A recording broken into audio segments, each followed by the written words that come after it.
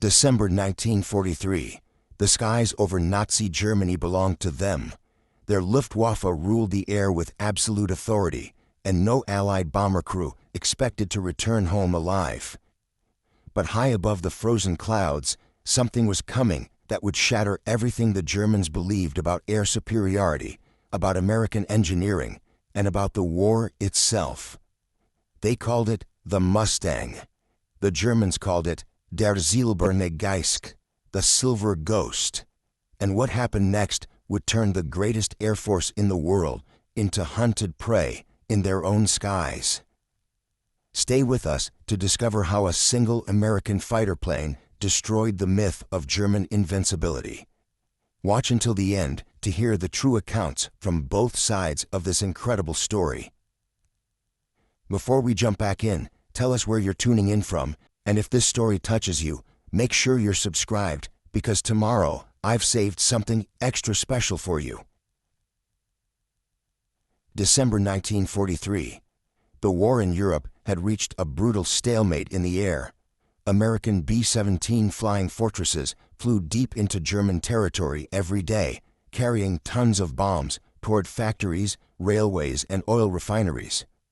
The missions were called strategic bombing, but the crews had another name for them: suicide runs. The numbers told a horrifying story. Of every 100 bombers that took off from English airfields, nearly 30 never returned, shot down, blown apart, or crippled so badly they crashed into the sea. The life expectancy of a bomber crew member was just 11 missions. Most men never made it past their 5th. The reason was simple and terrifying. German fighters owned the sky.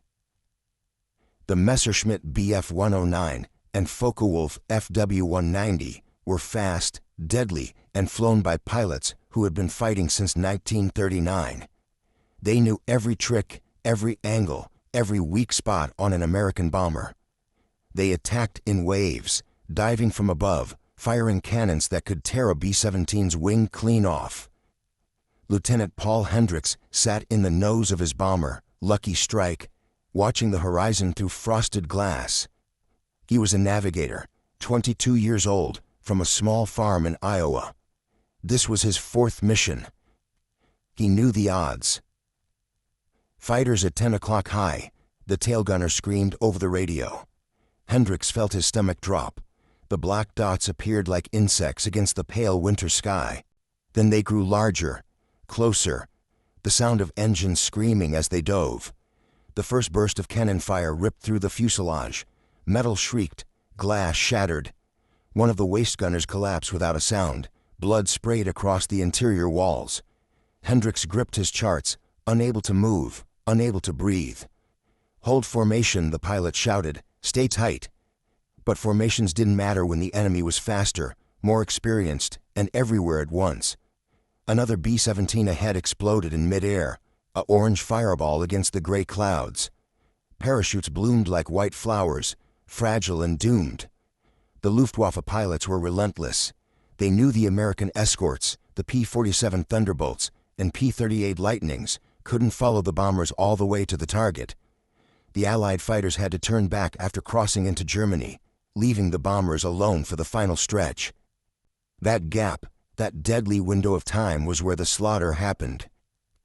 Oberlieutenant Franz Weber sat in the cockpit of his FW-190, eyes sharp, hands steady. He was 27, a veteran of over 200 combat missions. His plane bore 13 kill markings on the side, small silhouettes of American bombers. He watched the formation below through his gun sight. They flew in tight boxes, bristling with machine guns. But it didn't matter. They were slow, predictable, and today, like every day, they were alone.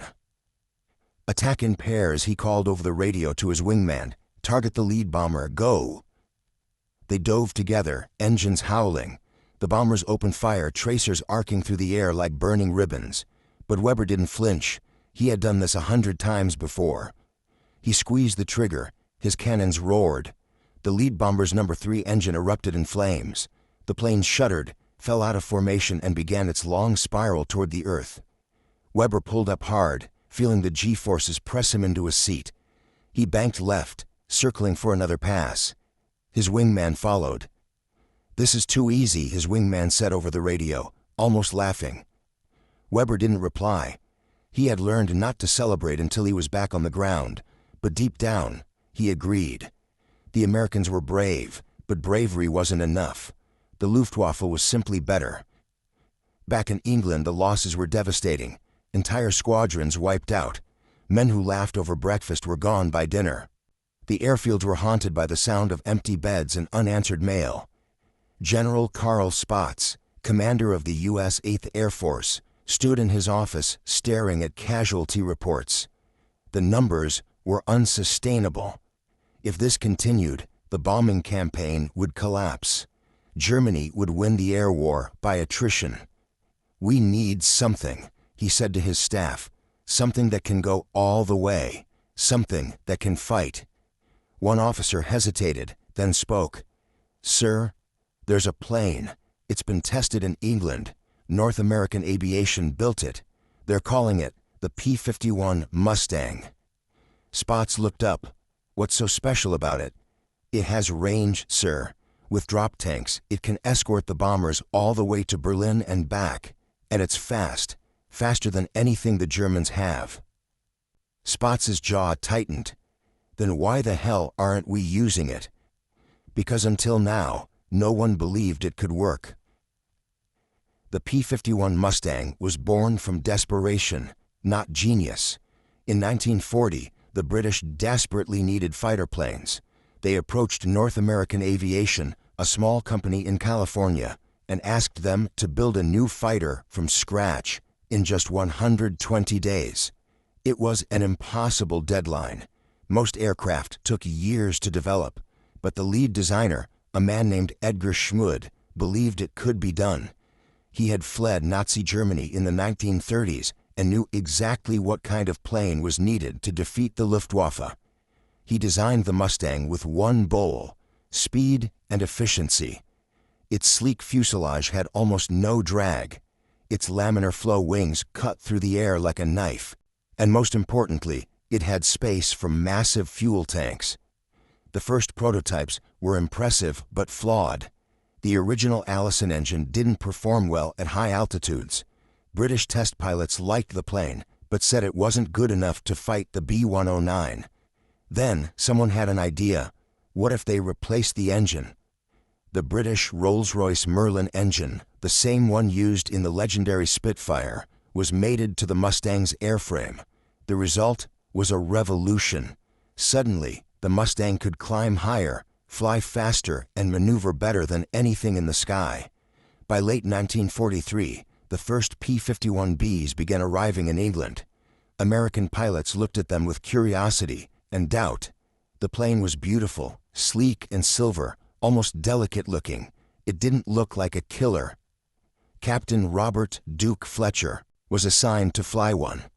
He was a fighter pilot from Texas, 24 years old, with a confident swagger and a deep distrust of anything new. "Looks like a Dan race car," he muttered, running his hand along the polished metal. "How's it supposed to fight?" His crew chief grinned. "You'll see, Captain, this thing's got teeth."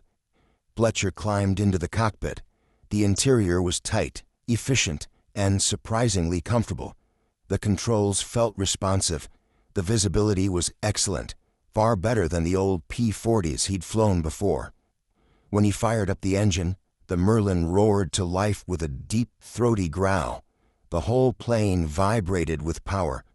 He taxied to the runway, gave the thumbs up, and pushed the throttle forward.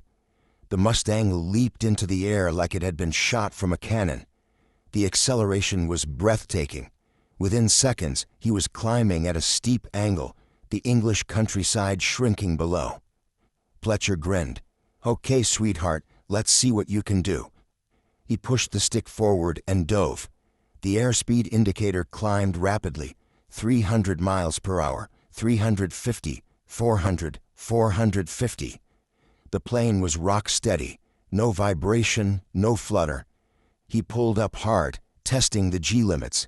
The Mustang responded instantly, graceful and brutal at the same time. For the first time in months, Fletcher felt something he hadn't felt since the war began. Hope. Back at the base, he found his squadron commander.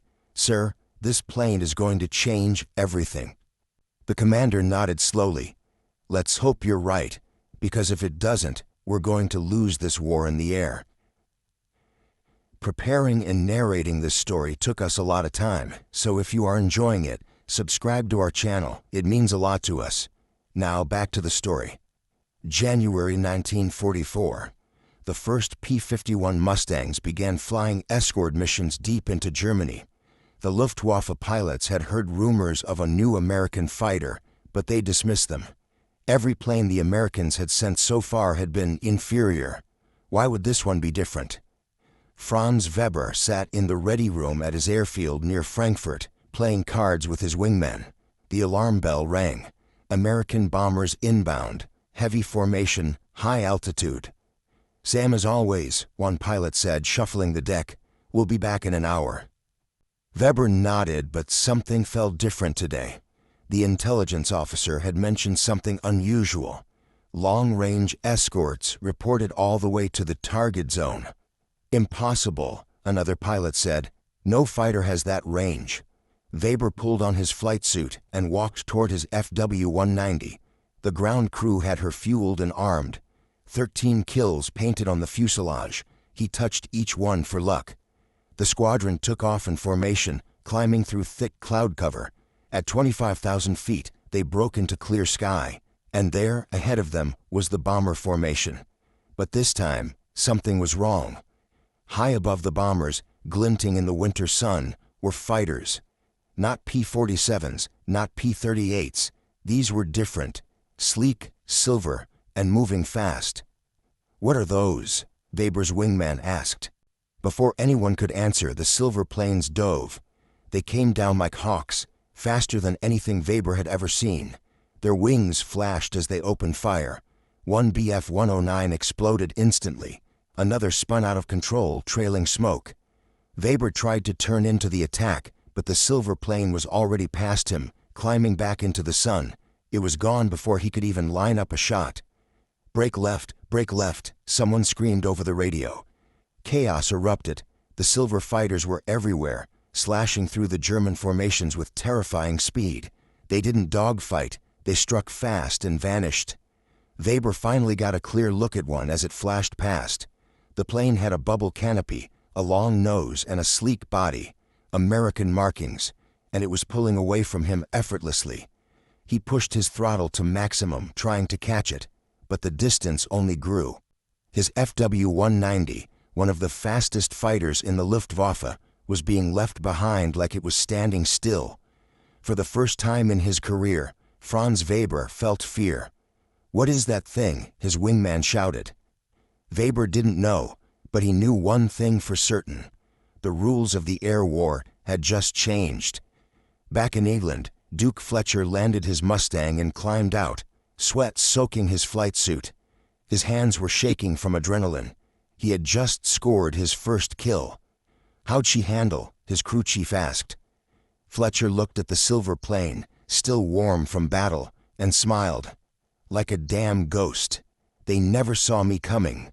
Word spread quickly.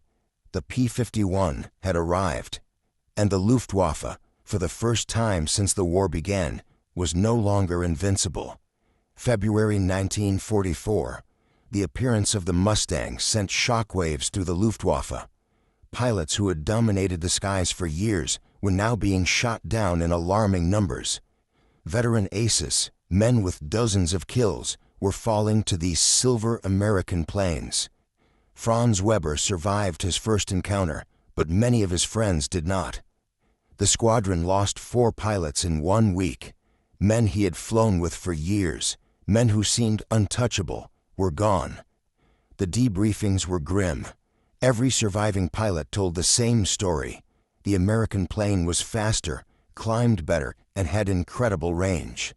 Worse, the American pilots were getting bolder. They no longer just defended the bombers, they hunted. Oberst Heinrich Krauss, the base commander, stood before the assembled pilots. His face was hard, his voice colder than the winter air. Gentlemen, we are facing a new threat. The Americans have deployed a fighter that matches or exceeds our capabilities. Intelligence confirms it is the P-51 Mustang. As of today, our mission priority changes. When you encounter these aircraft, disengage if possible. Focus on the bombers. A murmur ran through the room. Disengage. Retreat. The idea was unthinkable. Weber raised his hand. Sir, with respect, if we don't engage them, they'll shoot us down anyway. Krause's jaw tightened. Then you'll have to be smarter, faster, better. Because if we keep losing pilots at this rate, we won't have a Luftwaffe left. The room fell silent. That night, Weber sat in his barracks writing a letter to his younger brother, a trainee pilot stationed in Bavaria. The war has changed, he wrote. The Americans have a plane now that we cannot match. Do not believe the propaganda. Do not believe the officers who say we are still superior. If you are sent to the Western Front, fly carefully. And if you see a silver plane with a bubble canopy, run. He sealed the letter and placed it in his locker. He didn't know if his brother would ever receive it, but he had to try. Meanwhile, high above the clouds, Duke Fletcher and his squadron were preparing for another mission. This time, they weren't just escorting bombers, they were going hunting. Orders are simple, the briefing officer said.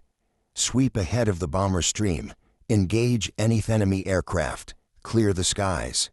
Fletcher looked at his wingman, a young pilot named Tommy Grant. Tommy was 19, fresh out of training, still learning. Stick close to me, Fletcher said. Don't try to be a hero, just stay on my wing and watch my six. Tommy nodded nervously. Yes, sir.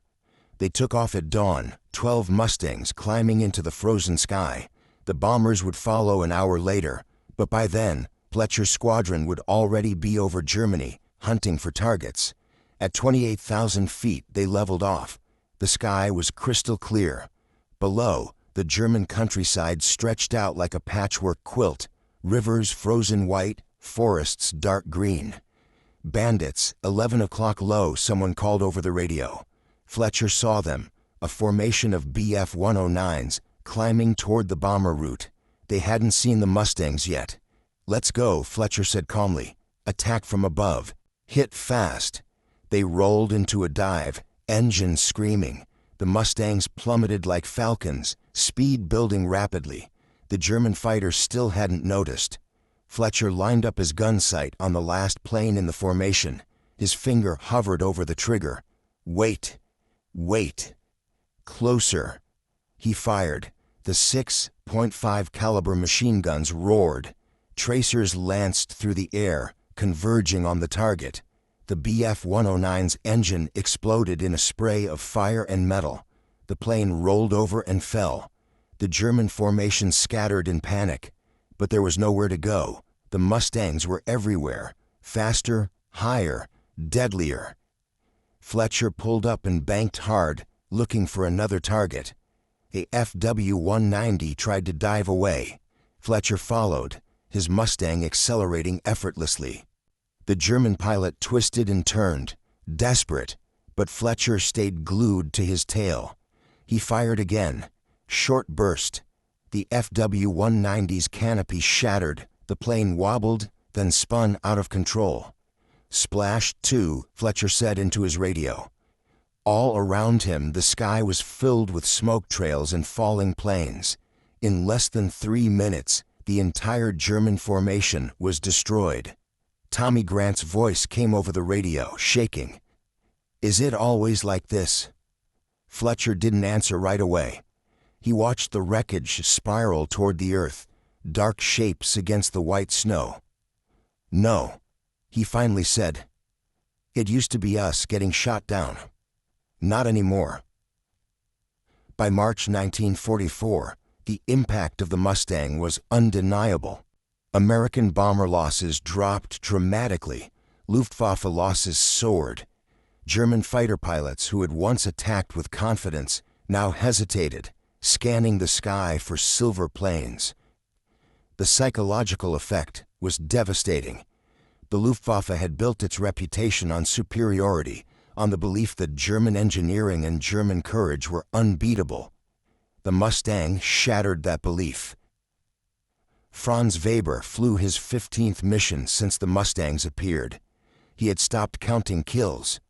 Now, he only counted survival. During one mission, he watched helplessly as a Mustang destroyed 3 of his squadron's planes in less than a minute. The American pilot was relentless, precise, surgical. There was no wasted movement, no hesitation.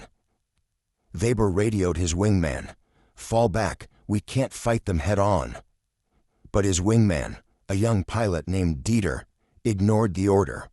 He turned hard, trying to engage the Mustang. It was a fatal mistake.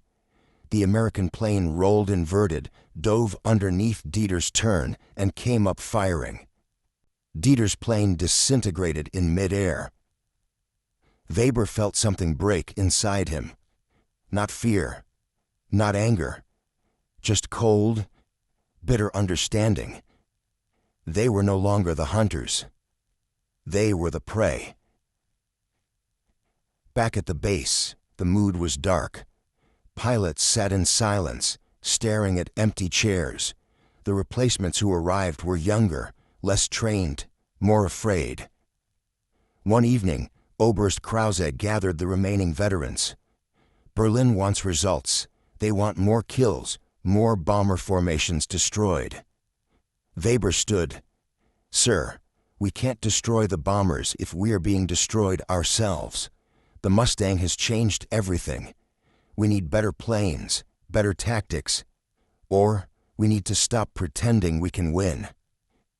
Krause's face went pale. "That is defeatist talk, Oberleutnant." "That is reality, sir." The room was silent. No one disagreed. Across the channel, Duke Fletcher was promoted to squadron leader. His kill count had reached 9. The Mustang pilots were becoming legends, their names spoken with awe in bomber crews and ground staff alike. But Fletcher didn't feel like a hero.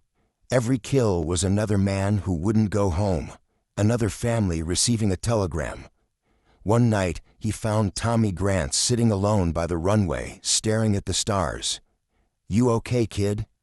Tommy didn't look at him. "I shot down a German today. Watched him bail out. His parachute didn't open." Fletcher sat down beside him. "Yeah, I've seen that too." "Does it ever get easier?" "No," Fletcher said honestly. "But if we don't do it, more of our guys die. That's the math." Tommy nodded slowly. "I just wish there was another way." Fletcher looked up at the stars, cold and distant. "Me too, kid, me too." By April 1944, the Mustang had become the dominant fighter in European skies. The Luftwaffe was still dangerous, still deadly, but it was no longer invincible. And deep in their hearts, both sides knew the truth. The war in the air was over. The Silver Ghost had won. May 1944. The Mustang squadrons had become a plague upon the Luftwaffe. Every day brought new losses, new funerals, new gaps in the formations that would never be filled. The German High Command issued desperate orders. Avoid the American escorts, focus on the bombers. But it was impossible advice. The Mustangs were everywhere. Franz Weber had stopped sleeping well. Every night he saw the faces of pilots he'd known. Every morning he climbed into his FW-190, knowing this might be his last flight. The mathematics of survival had turned against them. It was no longer a question of if, but when. The airfield near Frankfurt had changed. Where once there had been laughter and confidence, now there was only silence and cigarette smoke. The replacement pilots arrived weekly, boys of 18 and 19 with barely 100 hours of flight time. They listened wide-eyed to the veterans' warnings, but nothing could prepare them for what awaited above the clouds. Weber watched one replacement, a kid named Stefan, climb into his Bf-109 for the first time. The boy's hands trembled as he fastened his harness. Weber walked over and tapped on the canopy. "Listen to me," Weber said through the glass. "When you see the silver planes, don't try to be a hero. Turn away. Live to fight another day." Stefan nodded, but Weber could see the determination in his eyes. The propaganda still worked on the young ones. They still believed in glory. 3 hours later, Stefan's plane returned in pieces, carried by a farmer's truck. The wreckage was barely recognizable. The Mustangs had shredded it. That evening, Oberst Kraus called another briefing. His face had aged 10 years in 3 months. Dark circles hung beneath his eyes. The Iron Cross on his chest seemed heavier than before. "Berlin has authorized a new defensive strategy," he announced. "We will concentrate our forces, mass formations of 50 to 100 fighters attacking single bomber groups. Overwhelm them with numbers before the escorts can respond." Weber raised his hand. "Sir, the Mustangs have auxiliary fuel tanks. They're already at the target when we arrive. Massing our forces just gives them more targets." Kraus's expression hardened. "Do you have a better suggestion, Oberleutnant?"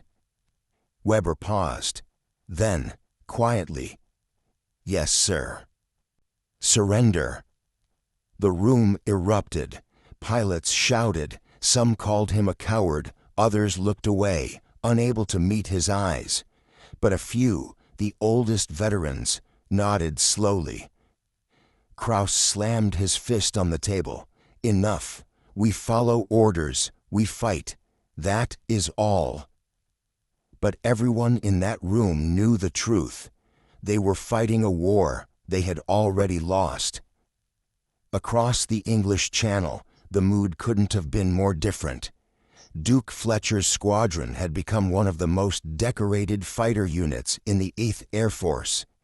Their tally stood at 63 confirmed kills in just 4 months. The pilots were treated like celebrities.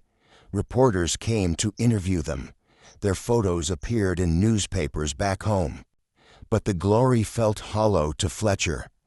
Each kill was another statistic, another man who wouldn't see his family again.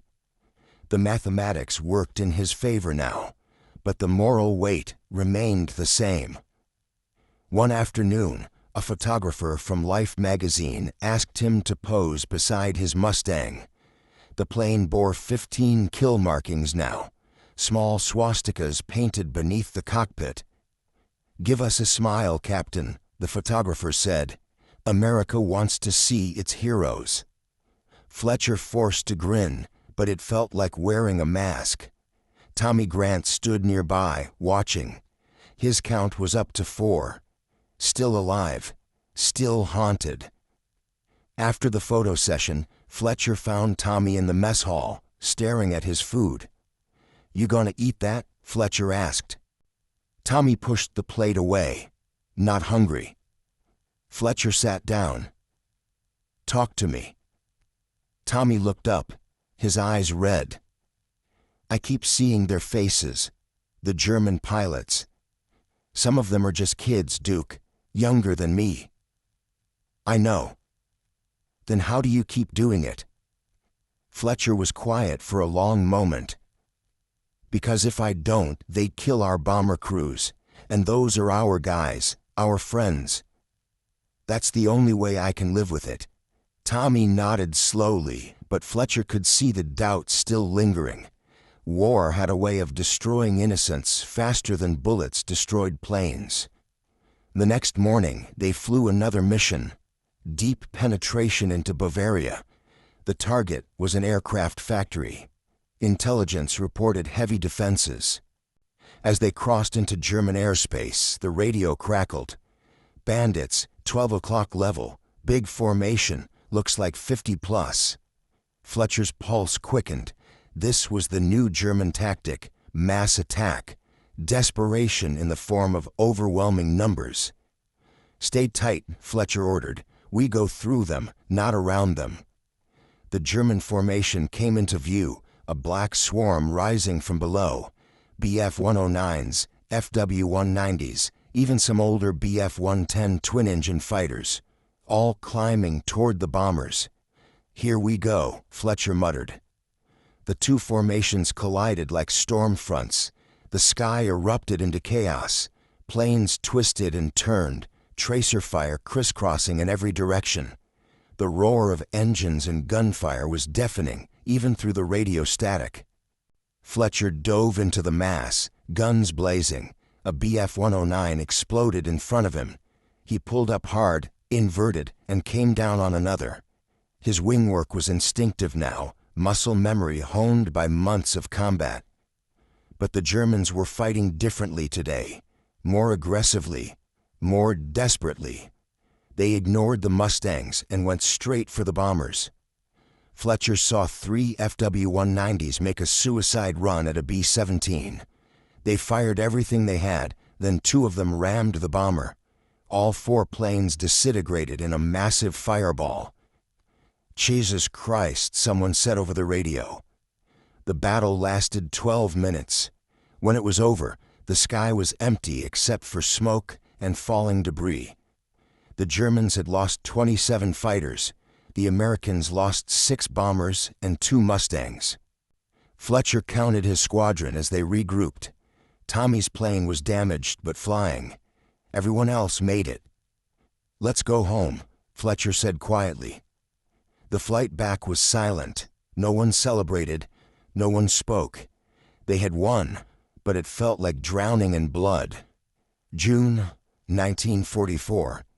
D-Day had come and gone. Allied forces were now fighting on French soil. The bombing campaign intensified. More missions, more targets, more death. Franz Weber sat in his barracks, writing another letter to his brother. His hands were steady now. Fear had been replaced by a cold, numb acceptance. "Carl," he wrote, "if you receive this, it means I am gone. Do not mourn me. I made my choices, but learn from my mistakes. We were told we were superior. We were told we could not lose. Both were lies.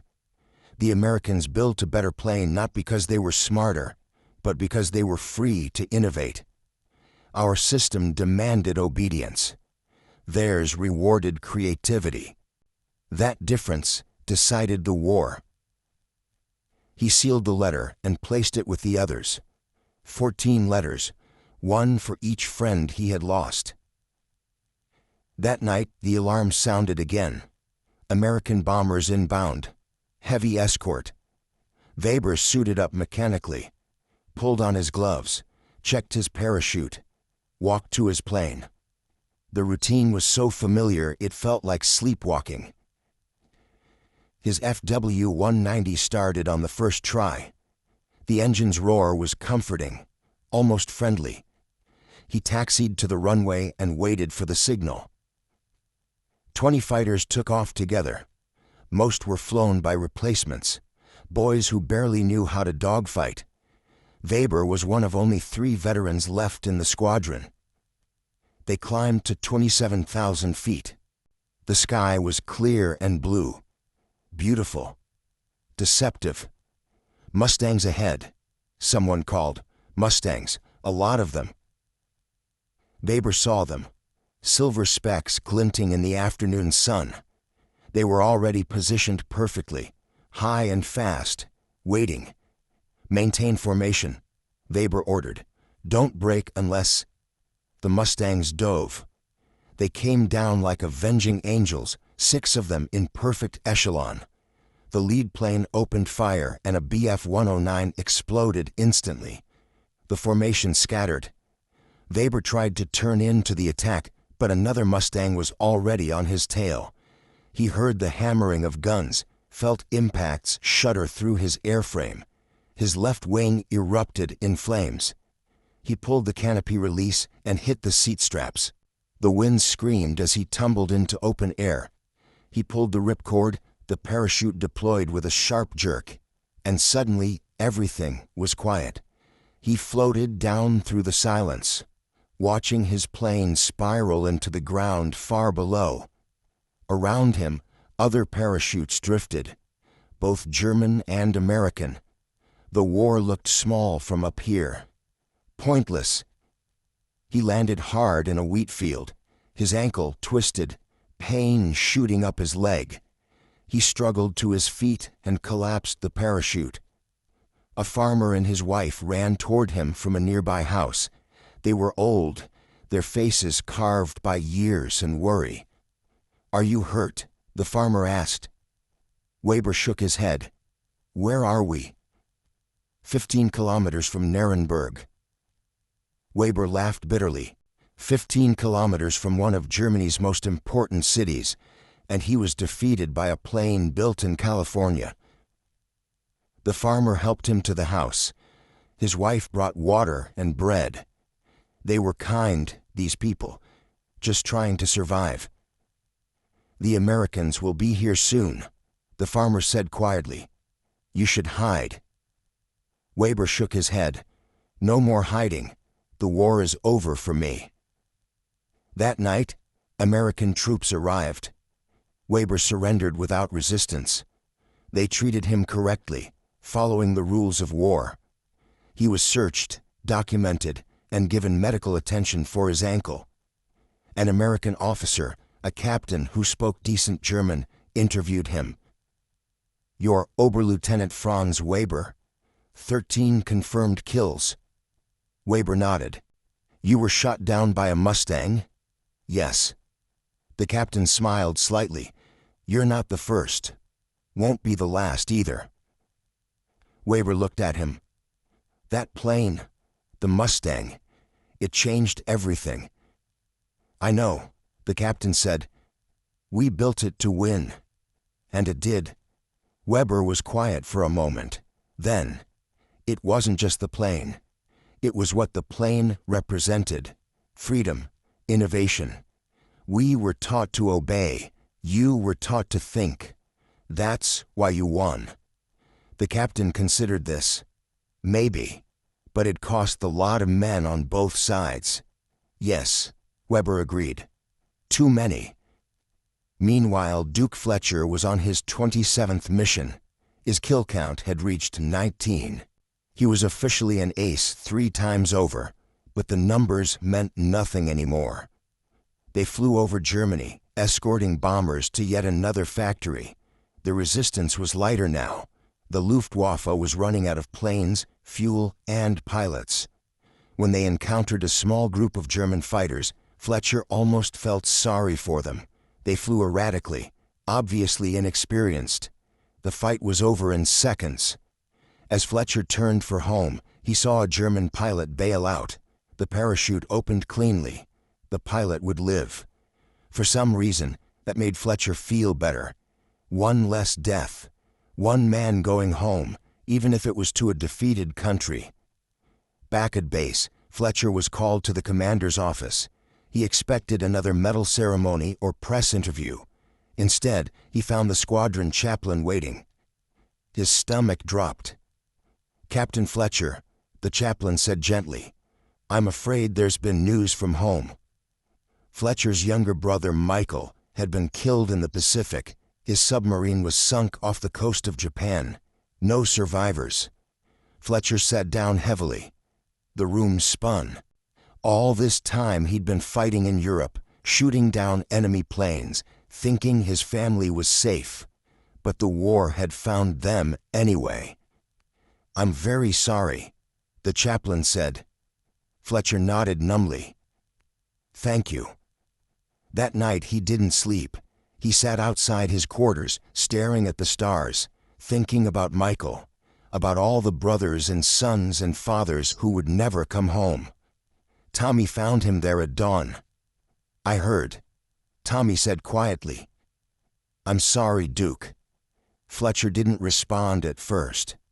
Then, softly, "We keep score, you know. 19 kills. Like it's a game. But every one of those was someone's brother, too." Tommy sat beside him. They watched the sun rise over the English countryside. Somewhere across the channel, other men were waking up to fly, to fight, to die. "What do we do?" Tommy asked. Fletcher stood up slowly. "We finish it.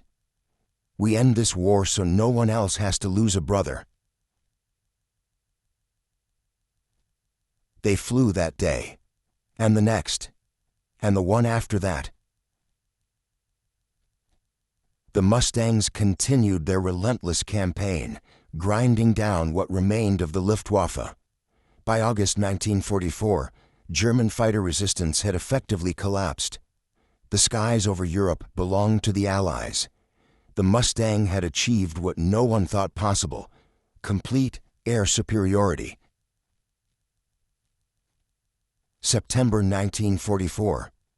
The war was entering its final phase. Allied armies were advancing from the west.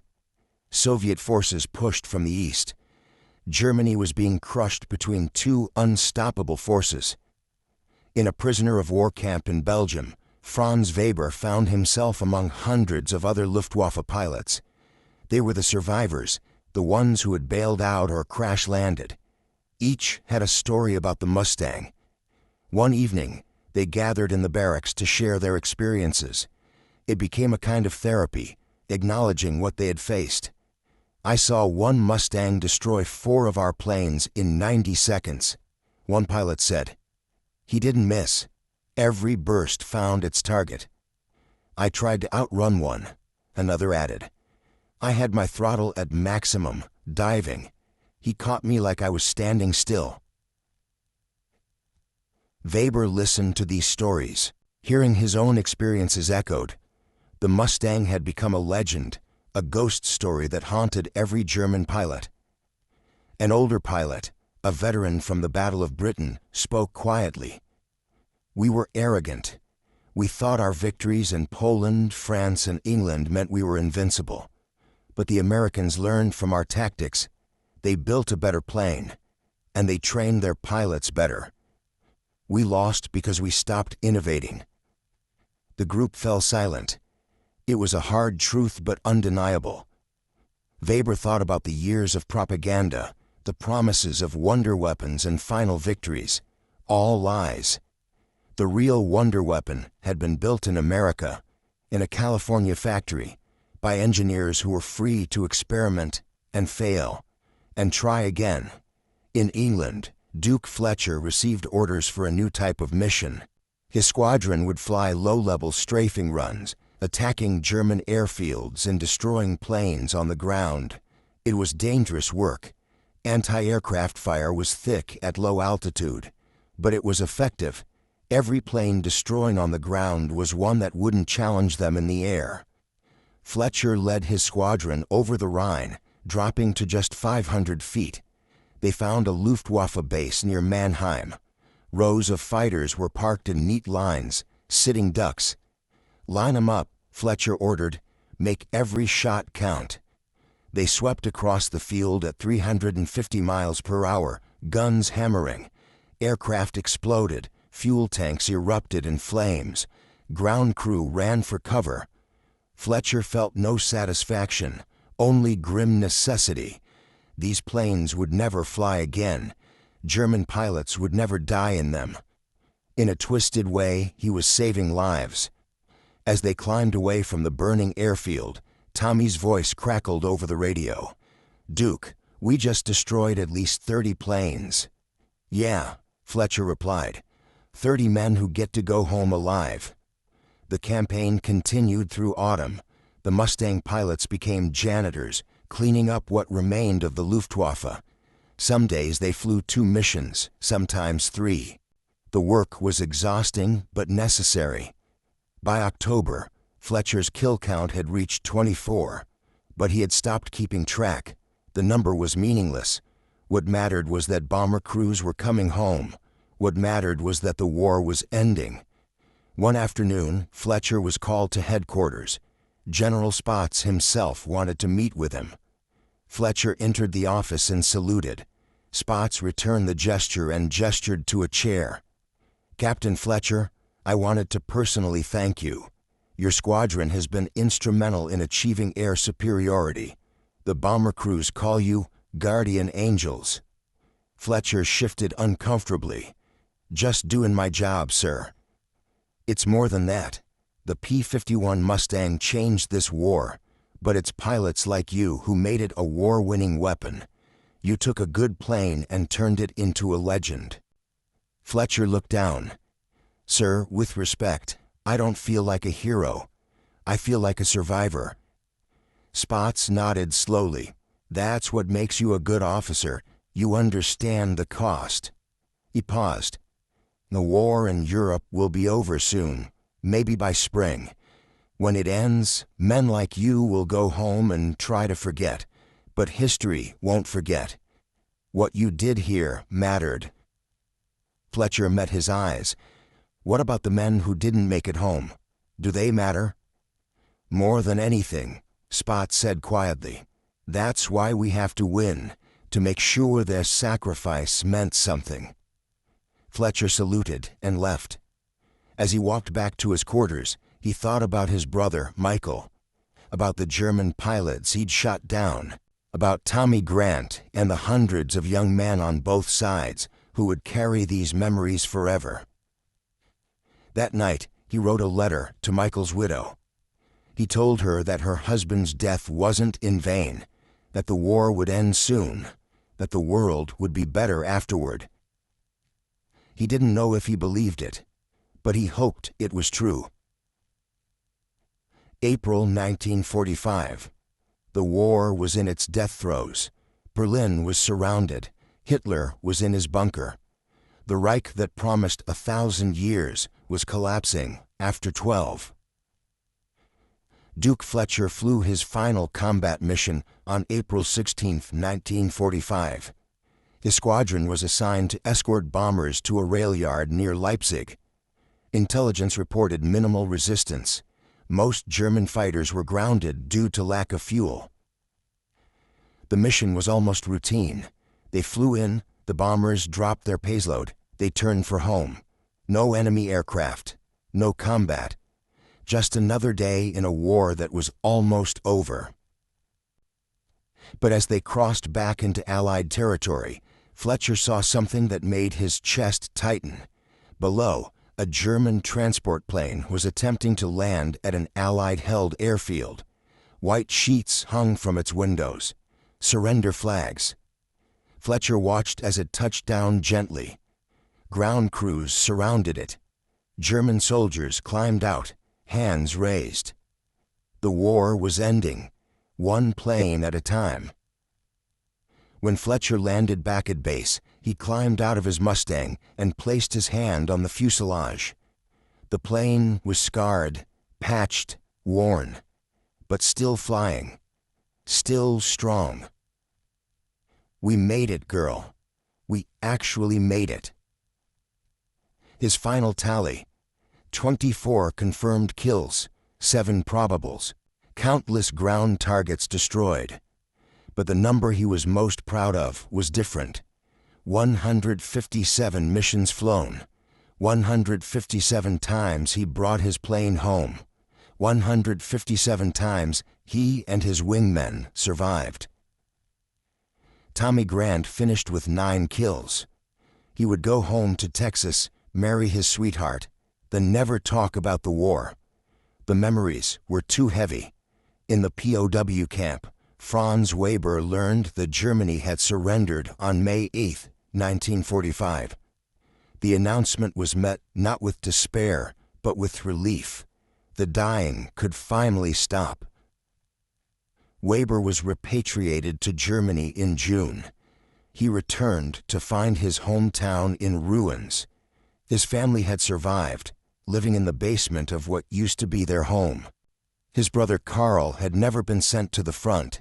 He was alive. They embraced for a long time, neither speaking. Later, Carl asked, "Was it true? The Americans really had a plane that beat us?" Weber nodded. The P-51 Mustang.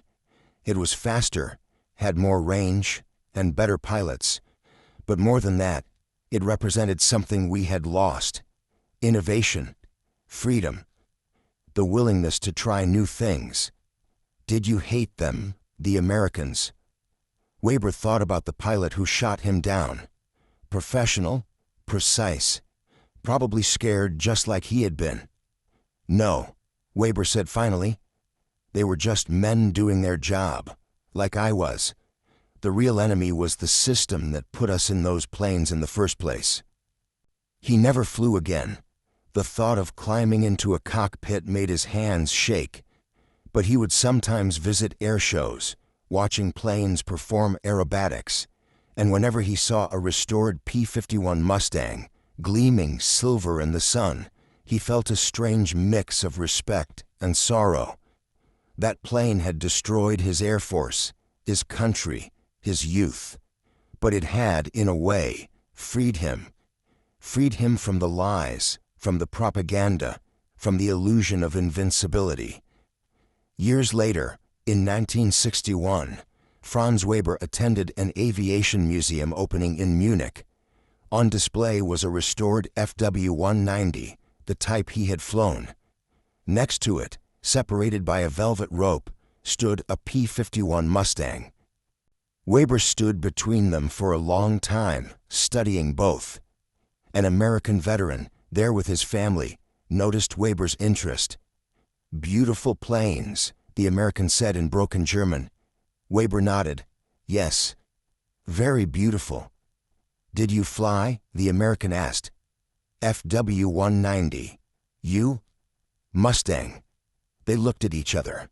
Two old men who had once tried to kill each other, now standing side by side. "I'm sorry," Weber said suddenly. "For the war. For everything." The American was quiet for a moment. Then he extended his hand. "We were all sorry, but it's over now." Weber shook his hand. The grip was firm, genuine.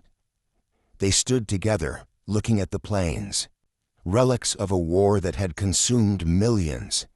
Monuments to human ingenuity and human cruelty in equal measure. "The Mustang was a remarkable machine," Weber said softly. The American smiled. "It was, but I'm glad we don't need it anymore." Weber agreed. "Yes, may we never need such machines again." The P-51 Mustang flew its last combat mission for the U.S. military in 1953 during the Korean War. By then, jets had taken over the skies, but its legacy endured. Duke Fletcher returned to Texas, became a crop duster, and eventually a flight instructor. He taught a generation of young pilots, always emphasizing one lesson: technology wins battles, but humanity wins wars. Never forget that. He died in 1987, surrounded by family. At his funeral, 6 P-51 Mustangs flew overhead in missing man formation. Tommy Grant became a school teacher. He never spoke about his war experiences until a student asked him point blank if he'd killed anyone. Tommy looked at the young face and said, "Yes, and it's something I'll carry forever. War isn't glory, it's just survivors and ghosts." Franz Weber worked as an engineer in post-war Germany, helping rebuild the country he had fought for. He wrote a memoir in 1972 titled Der Silberne Geist, The Silver Ghost. In it, he wrote, "We called it the ghost because it seemed to appear from nowhere, strike with deadly precision, and vanish. But the real ghost was our own arrogance. We thought we were unbeatable. The Mustang proved us wrong, not with cruelty, but with superiority. That is the hardest kind of defeat to accept." The book became a bestseller in Germany, required reading in military academies. It was one of the first honest accounts of the Luftwaffe's collapse. In 1978, the Experimental Aircraft Association organized a reunion of P-51 pilots and Luftwaffe veterans. Over 300 men attended. They shared stories, shed tears, and found something unexpected: understanding. Franz Weber met a former Mustang pilot named Robert Yates. They discovered they had fought over the same battlefield on March 14, 1944. Yates had shot down 2 FW-190s that day. Weber had lost his wingman. "It might have been me," Yates said quietly. Weber shook his head. "It doesn't matter now. We were both just trying to survive." They became friends, exchanged letters, visited each other's countries, and when Yates died in 1983, Weber attended his funeral in Virginia. The P-51 Mustang remains one of the most celebrated aircraft in history. Museums around the world display them. Collectors restore them with obsessive care. Air shows feature them prominently. But beyond the metal and machinery, beyond the statistics and kill counts, the Mustang represents something deeper. It represents the moment when American industrial might, innovative spirit, and pilot courage converged to achieve what seemed impossible: total air superiority against a battle-hardened enemy. The Germans never imagined that a plane built in 120 days by a company with no fighter experience would destroy the Luftwaffe. But that's exactly what happened. Not through brutality, not through overwhelming numbers, but through superior engineering, better tactics, and the courage of young men who climbed into silver planes and flew into hell. The smell of aviation fuel, the roar of the Merlin engine, the sight of a Mustang climbing into the sun, these became the symbols of Allied victory in the air.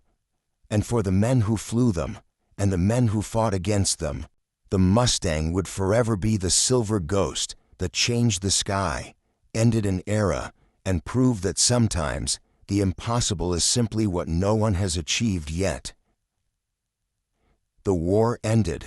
The planes were mothballed. The pilots went home. But the legend lived on. In museums, in books, in the memories of old men who still wake at night hearing the sound of engines and guns. The P-51 Mustang didn't just win the air war. It showed the world that freedom, innovation, and courage could overcome even the most formidable enemy. And that lesson, more than any victory, is what truly changed history. Up next, you've got 2 more standout stories right on your screen. If this one hit the mark, you won't want to pass these up. Just click and check them out. And don't forget to like, subscribe, and turn on the notification bell so you don't miss any upload from us.